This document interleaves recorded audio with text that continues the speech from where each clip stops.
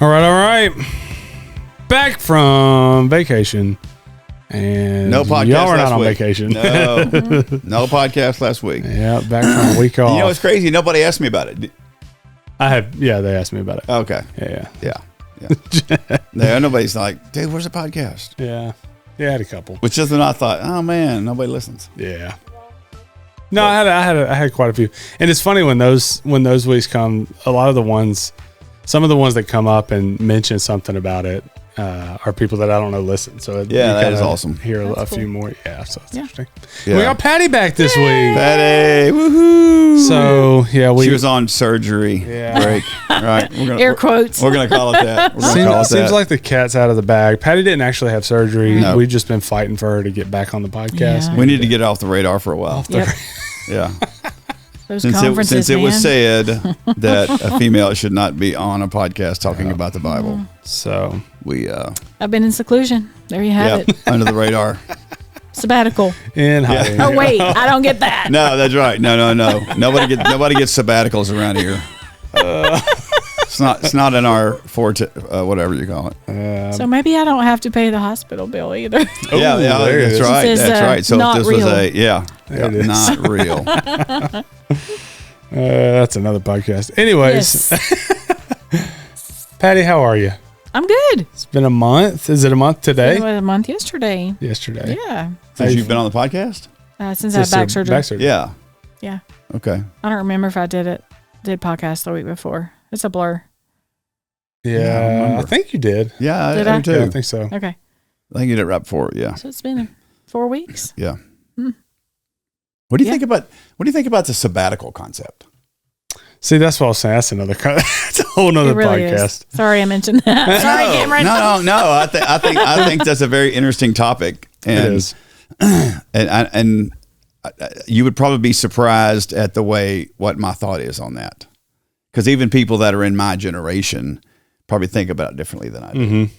I have two trains of thoughts personally.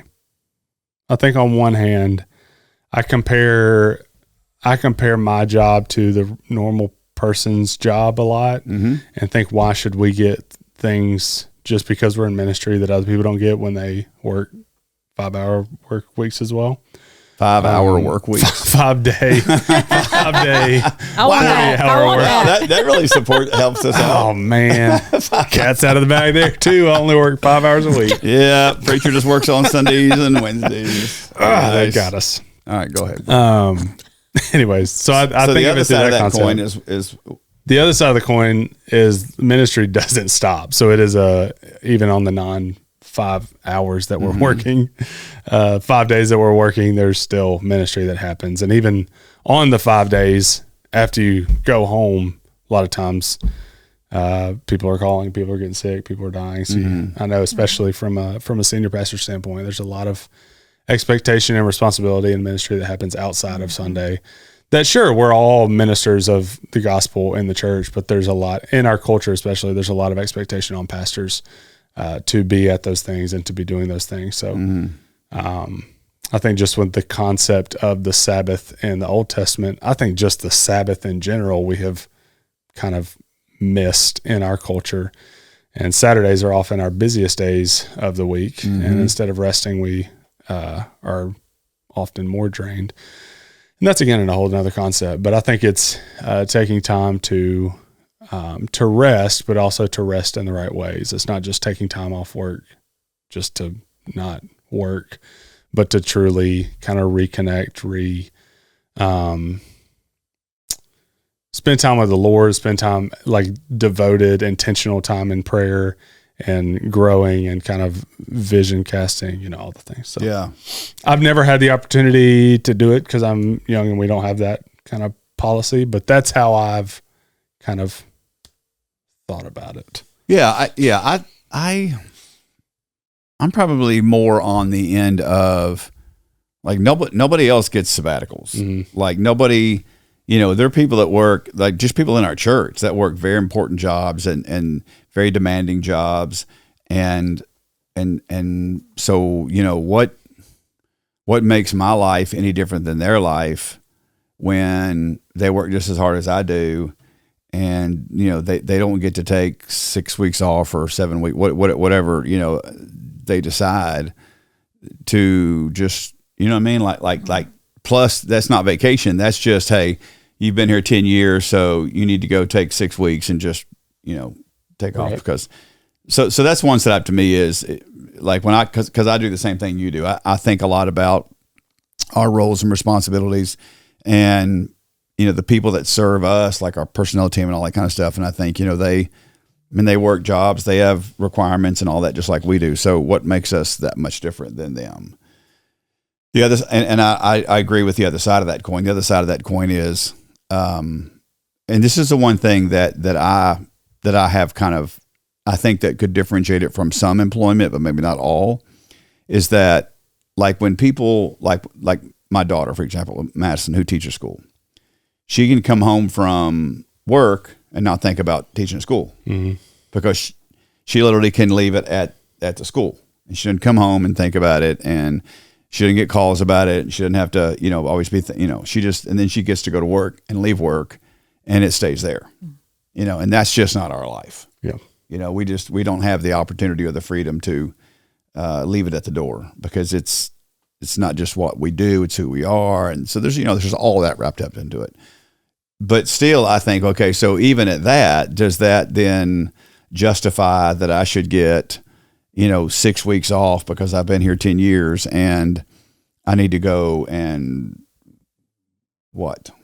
You know what I mean? Mm-hmm. When you get, an ample, I think if you're taking advantage of your vacation time correctly and you're now it could be that I'm at a certain age to where Julie and I can get away and do more things and take advantage of vacation time and not have kids to deal with and not have other things to deal with, so maybe I'm not, I really have a lot of jumbled thoughts about that. Mm-hmm. And I think too, it's cultural. I think culturally, I think a lot of urban churches do that. More urban, suburban churches kind of have that feel like if you're in bigger areas.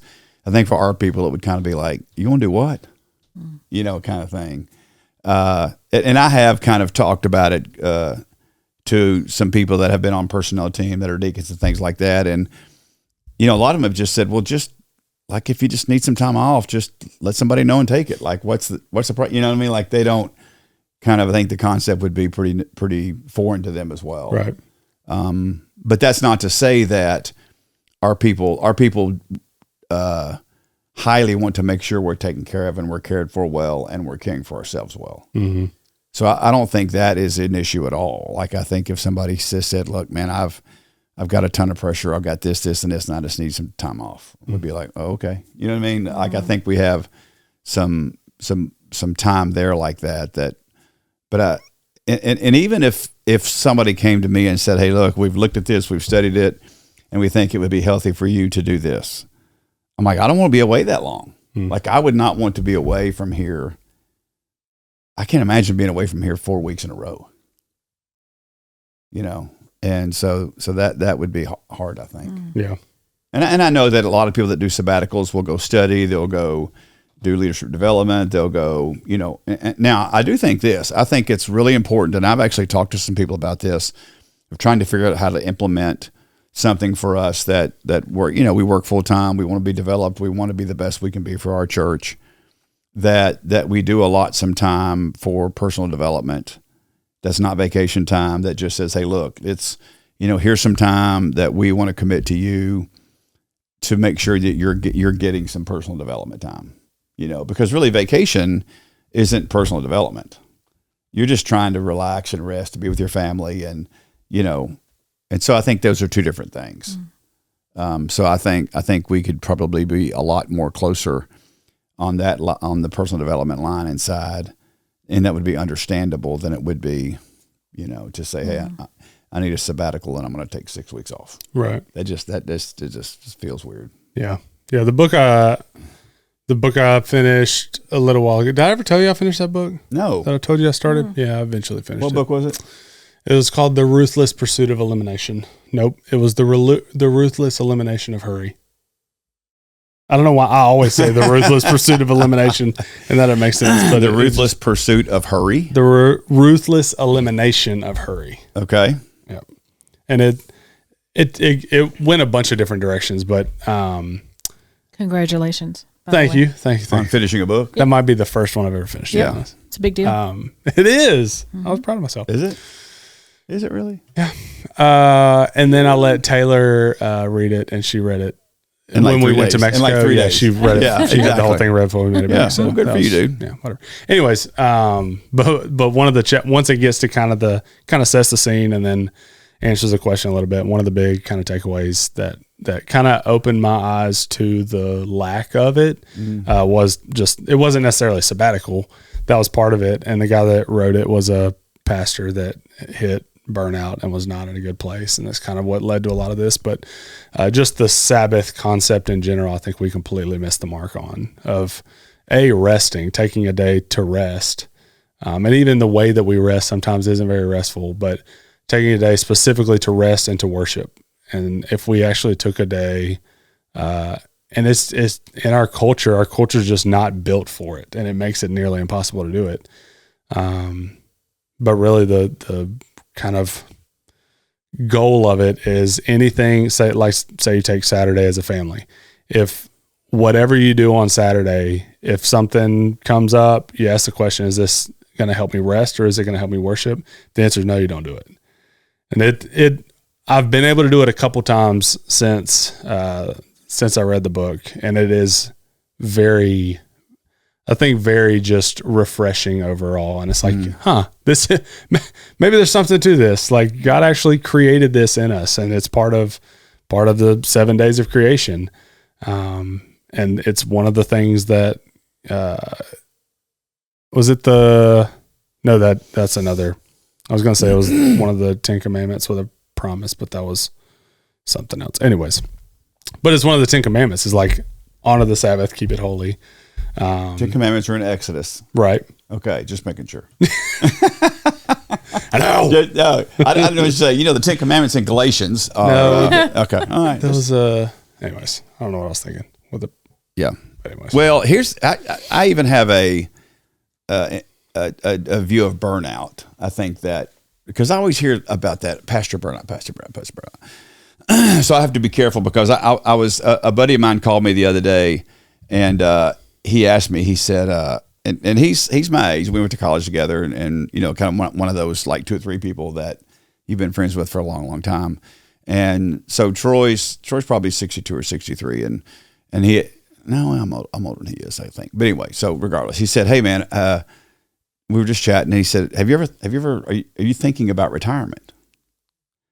And because Troy's been in the student ministry or the pastorate from the time we get out of seminary, and I said, "Man, no, not at all. Are you?"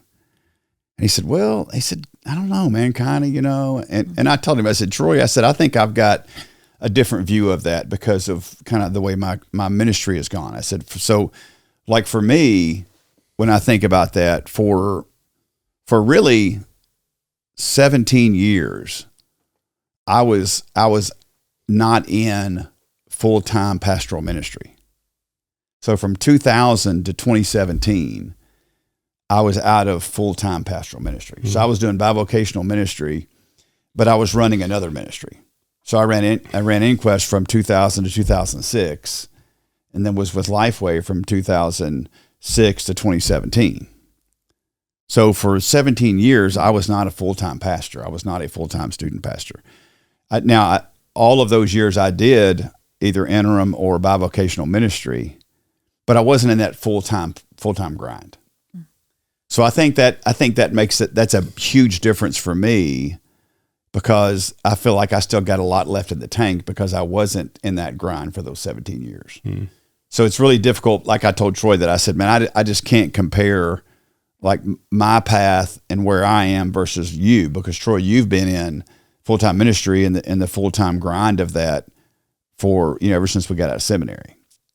So it's just much different. I'm just like, no, man, I'm good. Like I feel like I got a lot of good years left in me. So that's not even on the table for me, of course, I'll be 63 this year. So obviously, 67, I think, would be kind of like if I was thinking about that, like that would be that time. So I just cannot imagine thinking about 4 years from now, like having that celebration. You know what I'm saying? Like that just doesn't, so I think it's just different. And I think God kind of built my ministry over the years for this purpose, so that, this ministry could be because I think there's a lot still we have to accomplish and a lot that he wants us to do. And I was just sitting there thinking about that. There is a great possibility that we could all be together for a long time.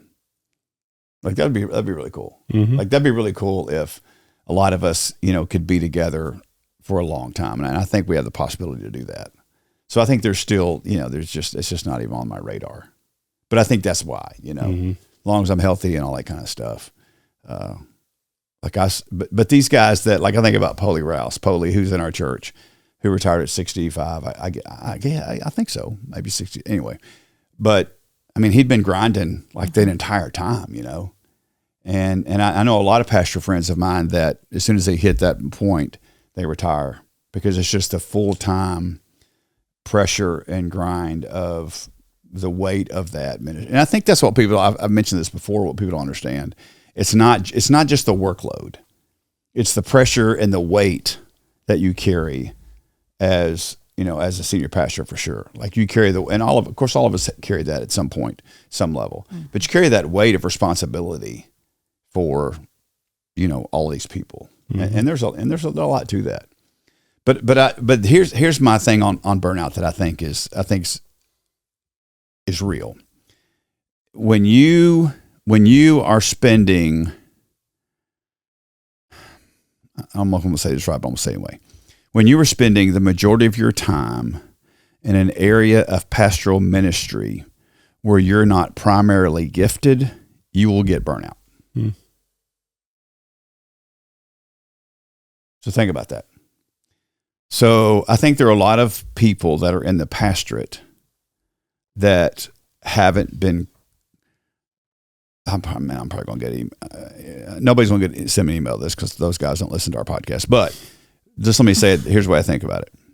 If you were in the pastorate and you do not have, and your primary spiritual giftedness is not in preaching and teaching, then it's going to exhaust you weekly to prepare sermons if that's not your area of giftedness. That makes sense? Mm-hmm. Because and when it is your area of giftedness, then it's joyful and you look forward to it and you're energized by that. But if it's not, it's very exhausting, because it's hard, it's difficult. Because I've had a lot of friends who've been in that category that are great pastors, but that particular section of that is just not their area of primary giftedness. And it's very taxing, and it's hard, and it's time consuming. And so I could very much see where if you're spending the majority of your time in this area of ministry where you're not primarily gifted, then you could get burnt out pretty quick. Hmm. But I think it's hard to process getting burned out in an area where you've been supernaturally gifted to do that ministry.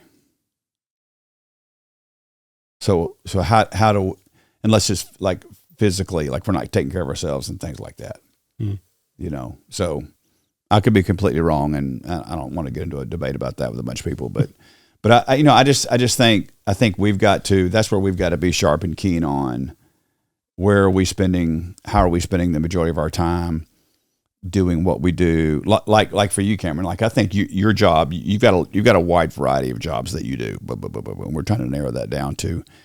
But if a person, not necessarily you, but if a person is not gifted in administration and they're having to spend a lot of their time doing administrative stuff, it'll work. Like I got into that with Lifeway, because that Lifeway, I would be given tasks to do, and I'd be like, man, that's just not my deal. They're like, well, I don't care if it's your deal or not. You're going to do this. This is what you're going to do.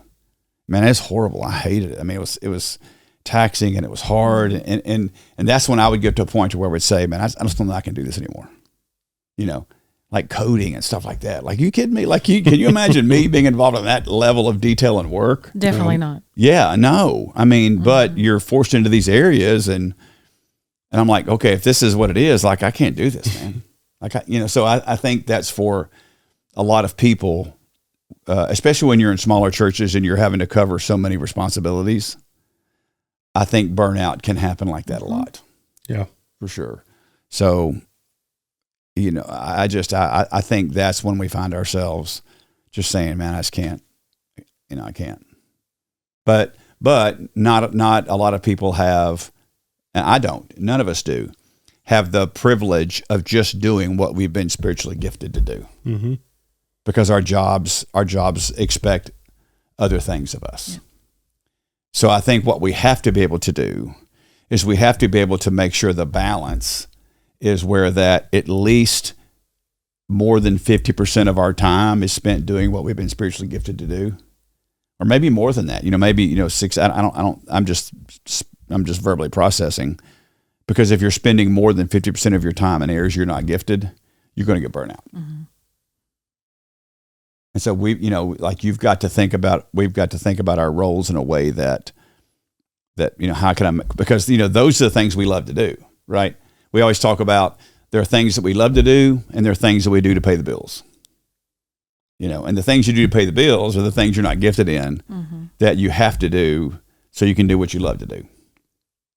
And I think that's where I'll never forget getting to meet Fuzzy Zeller. Boom, name drop. Not that anybody knows who that is.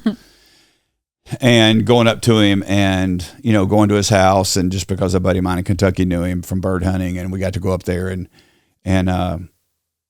like nothing around Fuzzy's house represented golf. You would never knew he was a full-time golfer and professional golfer, successful Masters winner, all that kind of stuff. And I remember asking Fuzzy, I said, man, where's your trophy room, bro? Like, where's your Masters trophy? Where are all these things? He said, that's in the back room. I said, I would have never known you were a professional golfer if I didn't know that. He said, Jeff, I golf so I can fish and hunt. Wow. He said, golf is not what I love to do. He said, I play golf so I can fish and hunt. So it was his work. So you think about that, like you think this is passion, this is what we wanted to do. Now, obviously we can't say that. I mean, yeah, we'd all love to go pick a recreational activity and say that's what I get to do for, that's a whole different world in life. But it did kind of make me think, man, do you really want to spend all of your life doing something you don't enjoy, to, hoping that someday, some point in time, you're going to get to do something that you really enjoy? Is that really what life is supposed to be? Or, do we get to pursue something that we love to do because it's been what we've been called, passion, gifted to do, and we actually get to do that for a living?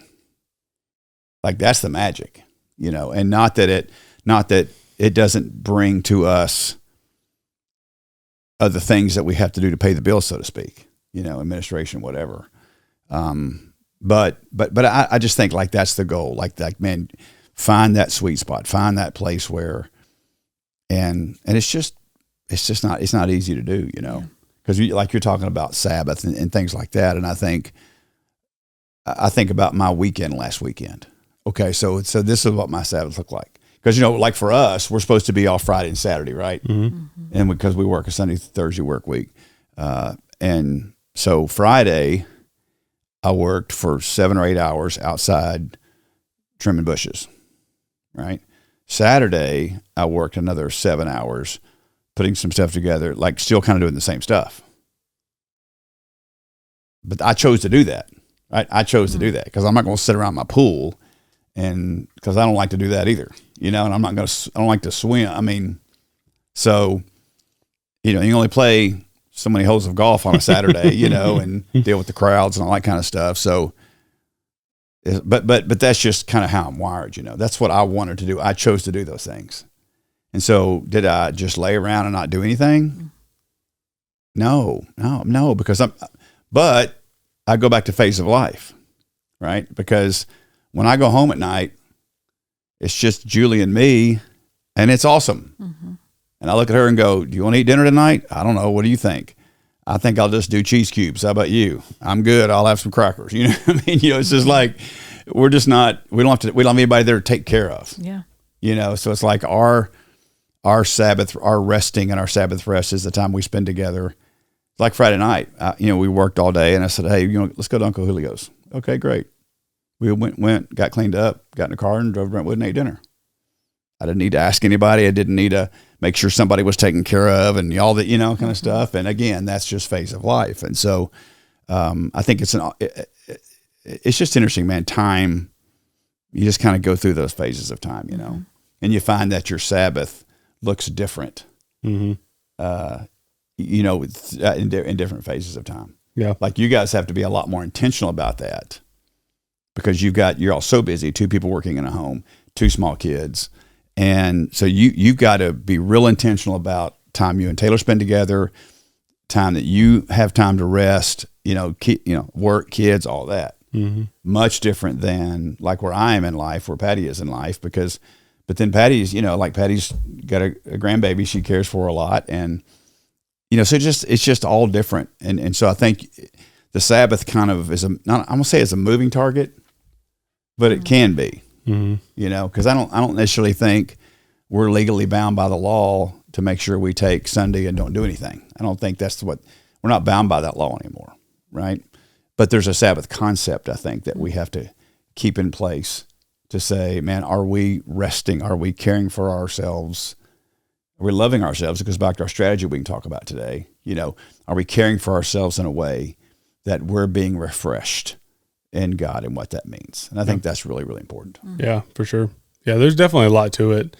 I'd be interested if you, I don't know if you're a big reader or not, but if you get a chance to read it, I'd be curious your thoughts on on that book. Yeah. Cause there's a lot to it, but there's a lot of great points. And I wouldn't say that I agree with every single thing that he said in the book. And a lot of it is probably phase of life and not practical for everybody and all the things. But there's a lot of really good stuff. And I think it'd be good for, like, it is written from a pastor who was in a bad place. But, like I said, Taylor read it. It's one, I think my dad is about to read it because he'll be traveling a lot here coming up. He's not a big reader either. I don't know that he hadn't read too many books either. So he always wanted me to be a reader, and I could tell that he wanted me to be a reader because he wasn't a reader. Yeah. And none, just neither of us are readers. But I enjoy, man, I enjoy, I mean, I read a lot, study a lot, but my reading is more targeted toward Bible study preparation, writing, and things like that. Yeah. So recreational reading, if you want to call it that, is hard for me to plug into. Right. Because that's why I never did a doctorate, because I just meant, like, I'm not going to read 40 books just so you can tell me I read 40 books and I got a doctorate for it. You know what I'm saying? Like, now, if that's what it takes to get one, by all means, y'all do that, but that's not me. Yeah. I'm not going to do that but the times I've been forced to read a lot of books, it's been very healthy and it's been good. And I'll do that every once in a while. I'll dive in and read a book. I read a book over the Christmas break and things like that. So, yeah, it would be, it'd be interesting to read it. But if I got into it, I'm like, I don't have time for this. And I think that feeds into a lot of, because I think people are wired differently. Yep. Like, I know I'm wired differently than a lot of people are wired. Mm-hmm. And that's just okay because of just my makeup and the wiring that I've got in me and medicine I'm on, like all those things, right? just makes, and so right now I'm just finding myself being very, like, you got to get, getting stuff done, which is kind of crazy. But it's great because it's just a good phase and people are different. And I found myself being my dad with Braylon this weekend or maybe it was last weekend, because Braylon was talking about going into 6th grade. And she said something to me like, does she get a gift? Like, does she get something for going, hey, this is a big deal. Oh. I'm like, are you kidding me? Like, let me ask you a question. Are you supposed to go to 6th grade? She goes, yeah. I said, well, all right, you do something you're not supposed to do, and then I'll get you a gift. And I thought, who's that sound like? That's Dan Pratt if I've ever heard anybody, But, again, and people are wired differently, and I think they look at those things. And people need different things, Right. I don't think you can be prescriptive about, like, what does that look like for this person versus this person? I know, like, as a pastor, and not just a pastor, like a leader of a team, I'm responsible for my team. If I want to care for my team well, and I learned this years ago, like coming to you, like for you, 5 days off may be more valuable to you than a $2,000 bonus. Yeah. You see what I'm saying? So what good does it do, and somebody may be the other way, vice versa, right. And so figuring out like, how do you make sure you care for your people well? And it's not just a blanket thing of, hey, everybody gets $500 bonus, when you would have said, no, man, like more time is more valuable to me than that. And so again, I think people are different. You just have to, or I try to be at least a little more on that side to where, the good balance for me is John, because John always has to be very like, we got to have, everybody's, all these procedures and policies and all that kind of stuff, which is true. But at the same time, I think because people are different. Yep, for sure. And what matters to people and phase of life and where they are on there. I just think it's you just got to make sure people are cared for well. Yeah. And I think that's important. The Sabbath concept is a great conversation to have. And what does that look like in different people's lives? Yep. Because to prescribe something doesn't necessarily mean you're going to achieve that. Right. Yep. Well, good conversation. Not didn't preach on it, but anyway, but it's still a good part conversation. Of the message. Yeah, it's a great conversation. But started on the old Sabbath conversation. Yeah. Or no, sabbatical. Yeah. You're welcome. Patty, thank you. So Patty, you're doing well. You're doing. I had a different kind of sabbatical. Yeah, sometimes you get forced back. sabbaticals. Yeah. Which are surgeries. I will say during recovery though, I got so much work done. Yeah.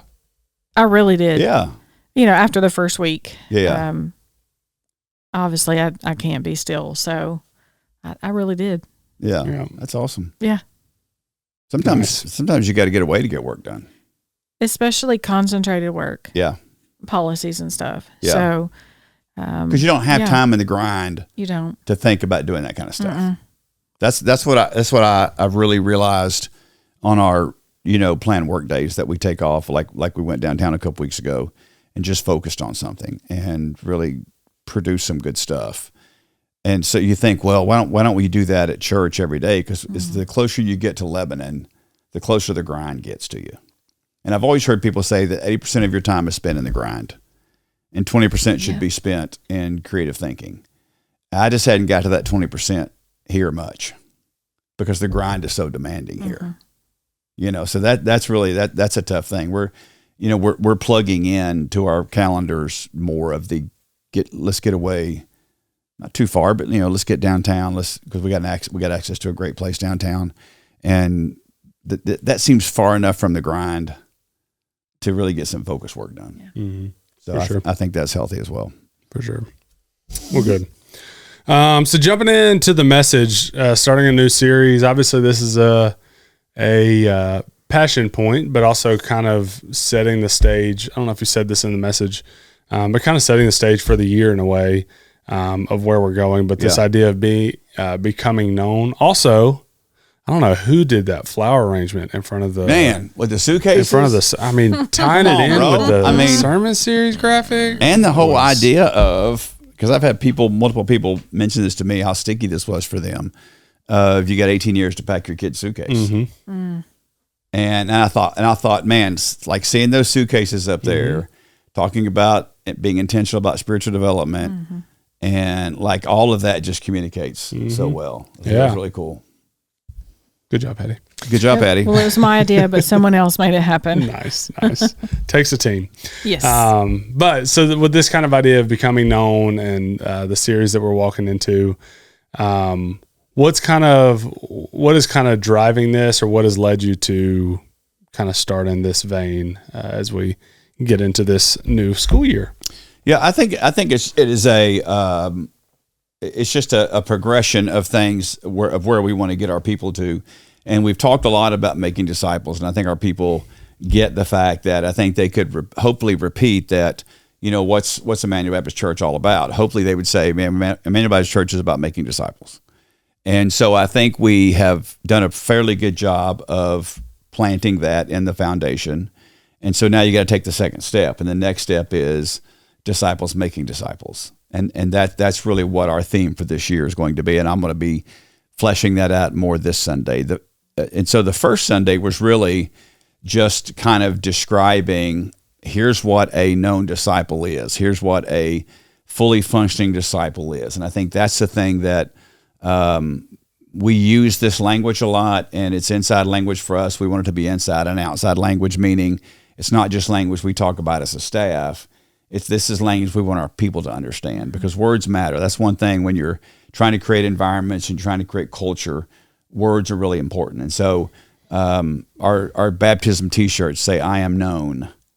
And so, to help people understand what does that really mean? Well, yeah, it means that we're known by Christ, but it also means, it also reflects our discipleship strategy, that we want people to know Christ, to own their faith, and to make their faith known. And so I think it's just helping people to understand, like, we're actually being strategic with this. We're not just haphazardly going from Sunday to Sunday to Sunday to Sunday with a very disconnected view, because I think a lot of churches do that. I think a lot of churches operate in a very non-strategic way. One of the things that we found in student ministry when I was at Lifeway is that 85% of student pastors are not strategic. So you really got your top 15% of guys that are out there thinking strategically about what they're doing. The other 85% need somebody to tell them what to do, because they get the events, and they get, I got to do Sunday school, and I need to do this, but what about being intentional? Mm-hmm. And so that was the thing that for me, I got real involved in, back in the late 90s and going into 2000 is just kind of thinking about all of this. And I wish I would have, I could have pulled this out, brought you guys like the early diagrams of this stuff that I was doing, and almost kind of copying, cut and paste stuff on, to kind of build these things. And it just kind of refined it as it's gone along. Was that when you were in your 20% creative space? I don't know, dude. Me being creative is I don't know where that space is. That's like 0.2%, right? But it really did. One of the things that I used to say this, and this is what really got to me, because all of this, the genesis of all of this, goes back to the first time we began to hear the dropout rate in student ministry, which was in the mid 90s. So in the mid 90s, we began to realize, but you got to think about this. Professional student ministry, and what I mean by that is actually looking at it as, we need a professional trained staff person to do this, because before the Jesus movement, you had parents, and you had Baptist Young People's Union, and you had different things, and you had volunteers, but you didn't really look at it from a trained staff professional perspective. Mm-hmm. So most of your student ministry experts, whoever those guys are now, back then would have said that, it really came out of the Jesus movement in the early 70s. So you're only talking about student ministry being, if you're talking about early, let's just say 75, 85, 95. So it was only 20 years old. Hmm. So 20 years in to something, you start looking at it, and I'll never forget it, because I read it in a Baptist newspaper. And I don't know if it was James Merritt or which guy it was back in the day. It could have been Dr. Merritt, but I'll never forget looking at that, and it said 75% of students that graduate from high school and go to college walk away from their faith. Hmm. And I remember sitting there in 95, being in student ministry, and thinking to myself, how in the world? Because you're not just talking about small churches. You're talking about the large churches. And here's what really blew my mind, because I was never a fan of this. I was never a fan of these metro groups that we created. So we created like Metro Student Ministry. So if you're in the Metro group, then you were one of the top 100 student ministries in the country. Okay. All right, cool. Now, I never qualified to go to that. Maybe that's why I didn't like it.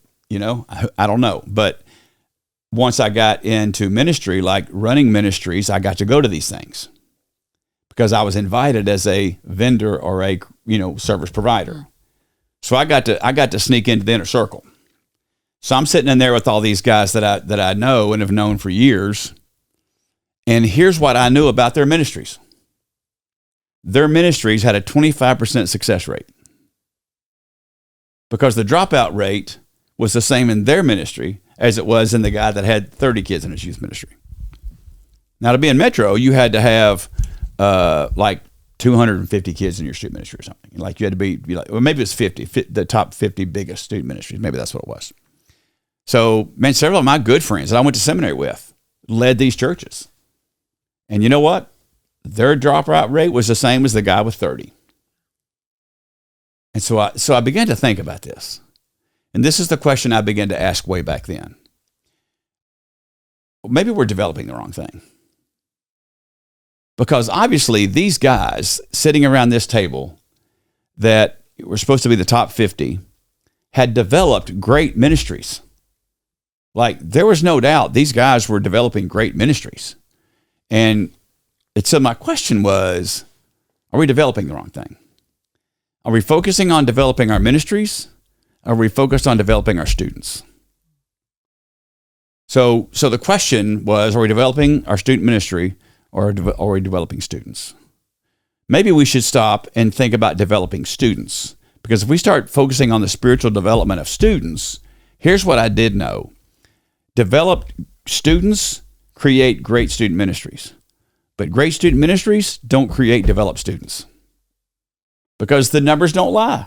I mean, if you got 75% failure rate, you can't tell me that any business is going to look at that and go, woohoo, we're doing great. We're 25%. No, that's horrible. That 3 out of 4 kids that walk out of your church and go to college are going to walk away from their faith. And you've spent 6 to 7 years in student ministry, not counting all the kids' ministry experience.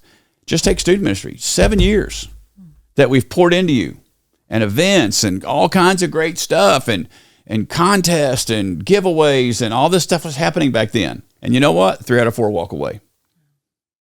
So you can't tell me that there's a better plan. So 2 things came out of all that for me. Number 1 was the parent partnership. Obviously, parents have got to play a bigger role in this process.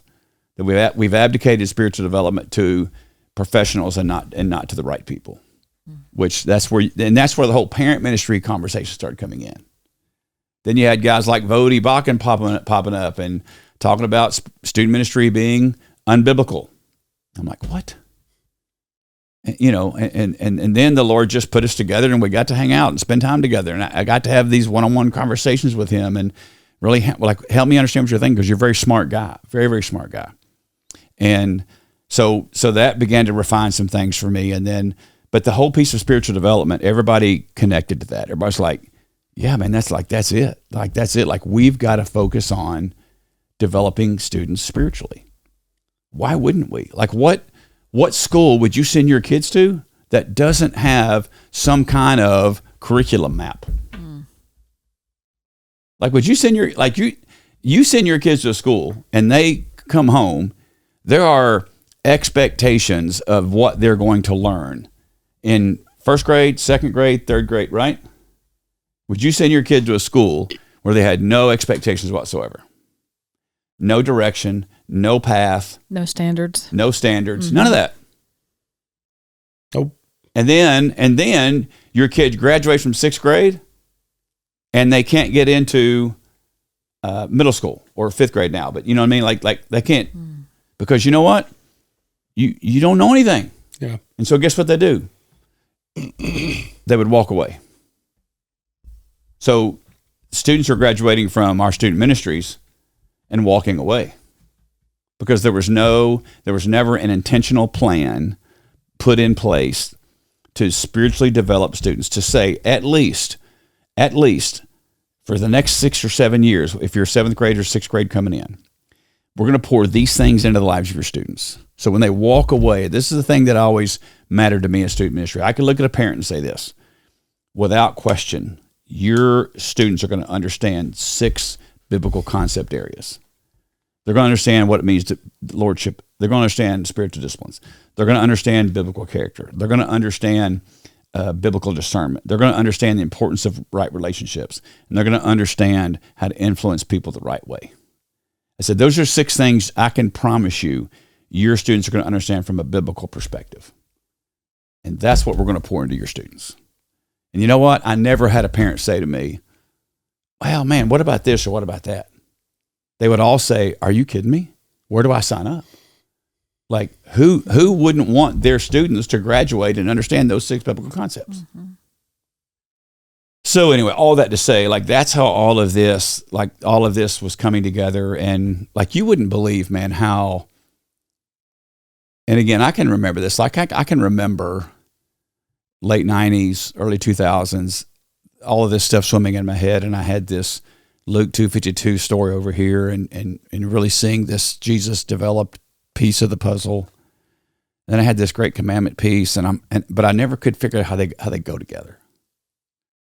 Like it really was a couple of years of having conversations with different people and just kind of watching it all kind of come together. It was like just this God thing, that it just all came together. And anyway, so it's, I think we've got to be, and that's what I want to, because I realized it's not just a student thing. It's an every disciple thing. Mm-hmm. If we are given, again, I'll go back to this. We are given. Think about this, man. Like, I hope people got this. We get 3 snapshots of the life of Jesus. That's why I think this is so important. The birth makes complete sense. Like Immaculate Conception, you're going to talk about that, right? We're going to talk about, this is so important. Man, the first coming of Jesus, of course we're going to focus on that. Public ministry, Jesus called ministry, tempted in the wilderness, starts his 3-year public ministry, life, death, burial, and resurrection. Very important. Those 3 years, super important. So you've got this huge gap. And so, can you, think about this? Now, again, this just in my mind, Trinity up there, Holy Spirit, Jesus, God. Okay, guys, what are we going to, of the life of Jesus? We know that, man, Immaculate Conception, all in. We're all voting for that. Life, ministry. Yeah, everybody. Okay. We got 30 years. 6. 14. 12. All in. Dude, we got one story. Think about that. One story.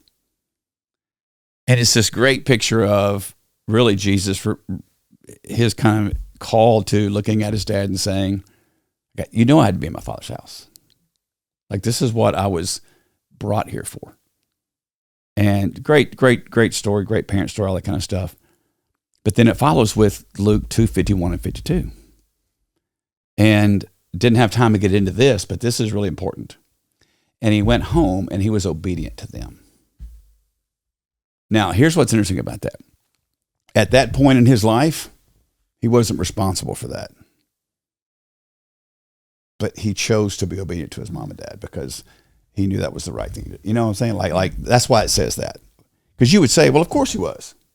But he had gone to the temple at 12. That's when they became into their manhood. That's when Jesus basically let his dad know, you've raised me for this. And now I'm in my Father's house. You imagine looking at Joseph, and Joseph knew, Joseph knew mm-hmm. who he was, but still he was his son. But I had to be in my Father's house. So that's where Joseph just kind of but then Jesus went back and was obedient to his mom and dad. Mm-hmm. Such a cool story. Jesus increased wisdom and stature, faith with God, faith with man. So I always thought about that.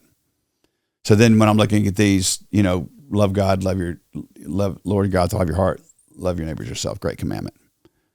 Then it just, I don't know, it's just like the Holy Spirit just said, here's how these all dovetail together. And it just kind of formed and it just made, that's it. It made perfect sense. Yeah. And so it's always been something from that point forward that guided, that really has guided my view of spiritual development. It's always been about developing people spiritually, not growing great churches, not, and I always said to myself, man, if I ever have a chance to go pastor a church, I'm going to focus on spiritual development because that's what it's about. It's about developing people spiritually, getting those things in the right order, and getting the people in place in the right places. Because I firmly believe that if we follow God's plan, God's going to bless that. And it doesn't always make sense, but we follow his plan and he's going to bless that. And I believe that here. I believe that what differentiates us and can differentiate us from a lot of other places is that we just focus on making disciples, and we're going to be intentional about spiritual development. Mm-hmm. And so I hope our people got that when they walked away from here Sunday morning, they understood, man, these guys really think through this, and they really want us to be developed intentionally as disciples. Yeah, for sure. How do we, in the worship side of things, a lot of times you have the comparison. We talked about this a lot in college, but I still, it's something that's still, I think, relevant, but something I think about a lot is how to find the balance of planned versus spontaneous. So like you plan your worship set, but when Spirit leads you a different direction or whatever it may be, leaving room, leaving space, kind of that white space idea of leaving room for the Spirit to move in a different direction or whatever it may be. You're talking a lot about like the church world, ministries, and the strategy behind what we're doing. How do you run the balance of, and how, like for us in ministry, but also just maybe for someone coming, hearing this, kind of seeing the back end of how the church works, but kind of that balance of strategy and having a strategy and a plan behind what we're doing and looking long-term and teaching things. And it's, all of this with, if the Spirit leads us a different direction or following the Spirit's lead in the process. You mean from a developmental standpoint? Yeah, I think just in general, talking about this series being, what's the series title? I've got the Disciples Making Disciples Becoming Known is the series title, Becoming Known. Yeah. Yeah. So becoming known being a part of the whole, we've talked about making disciples. Now we're talking about disciples making disciples. Yep. So just the strategy behind how some of the sermon series have laid themselves out. Last year we talked about membership and how that applies to things. Now it's kind of continuing to step forward in that. Just the general, I think, balance of the strategy. It can be in the ministry context or just the church as a whole, but strategy, planning versus. Yeah, no, I think that's a great question and a fair question, because I would. It's funny because I've had somebody say this to me, and it has a lot of application. And they said it to me early in my ministry.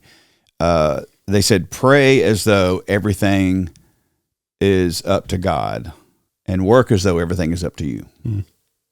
And that's been a great balance for me, because it's like you don't pray, and then just sit around and wait for it to happen. And you don't go out and just do a bunch of work and never pray, never seek God. So there's that great balance of you got to pray like it's all up to him. And it really is at the end of the day, and we know that, but you got to work like it's all up to you, right? It's like getting out there, getting after it, and doing what you do. So I think it's the same way in this. I think that I would love for you to think that I've got all this planned out for the next 5 years, and we're just following this plan that I developed so many years ago.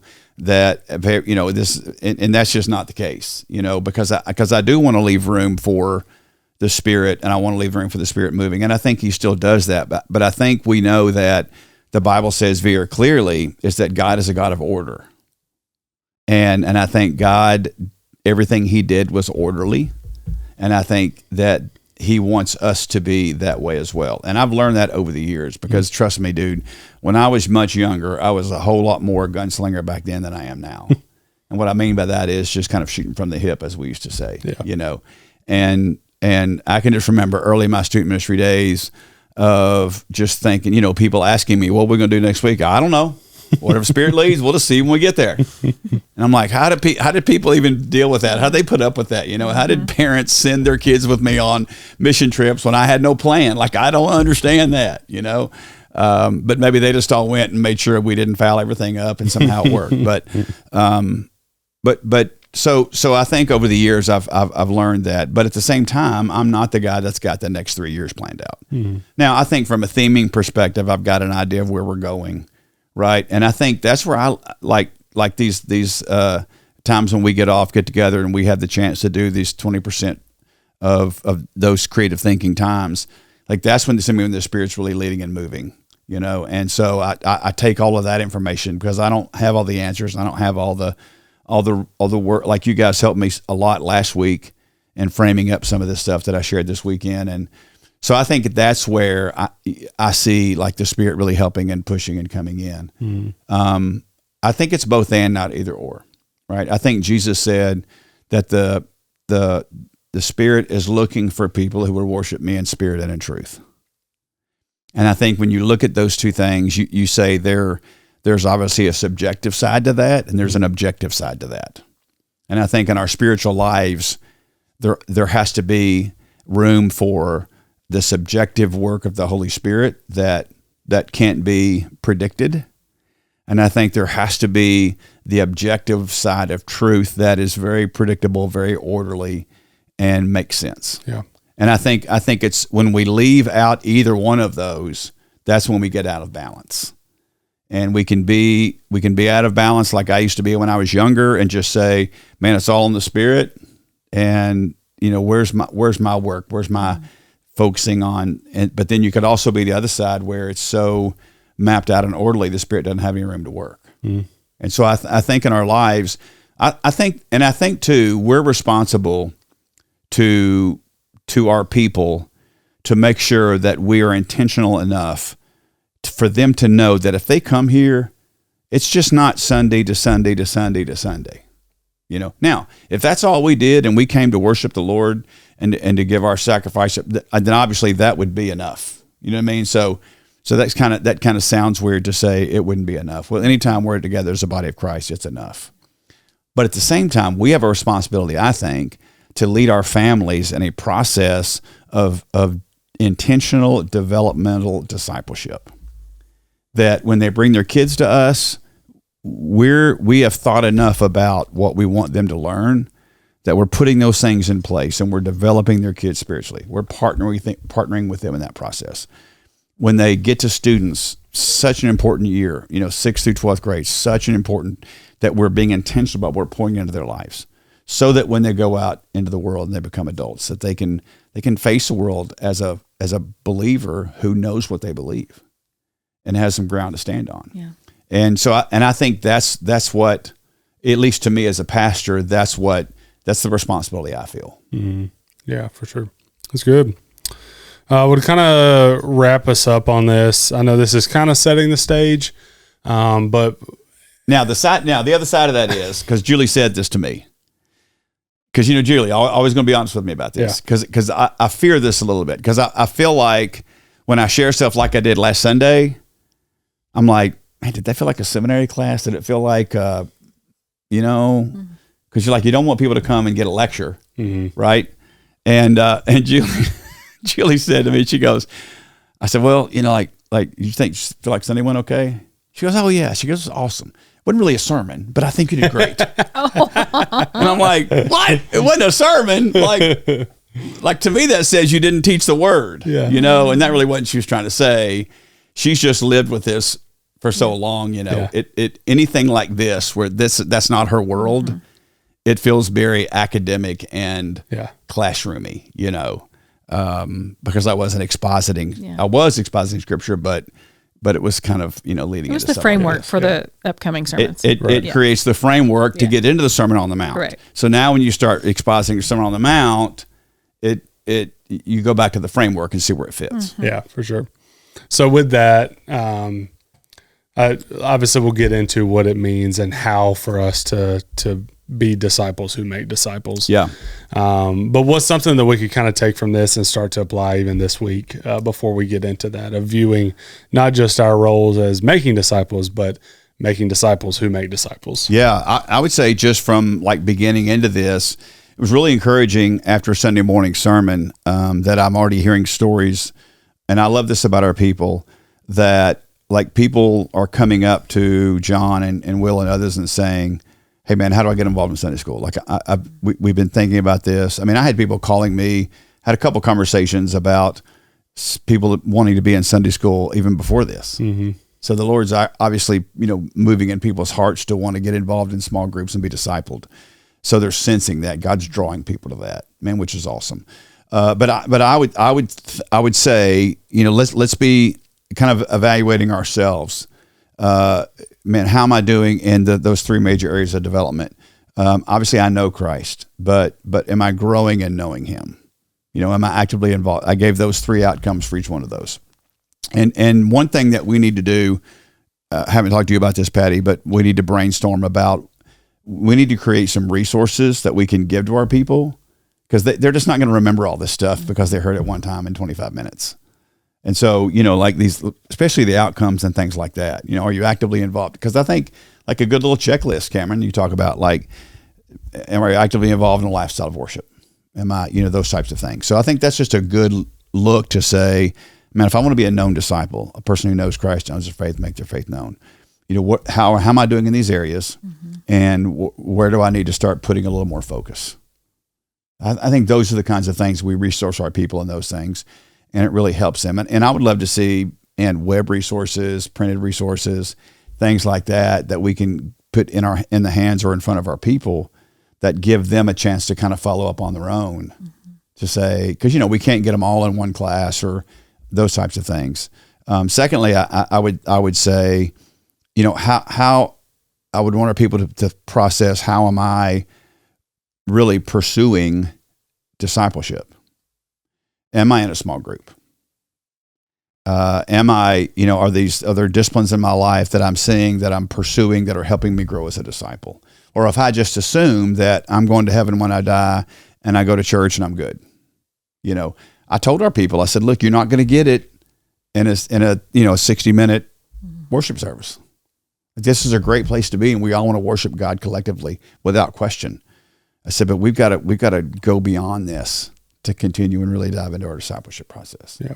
So I think it's those types of things, but I don't want to be the guy that forces that. Like we'll talk about creating a culture of multiplication, and right now we know we need to start more Sunday school classes.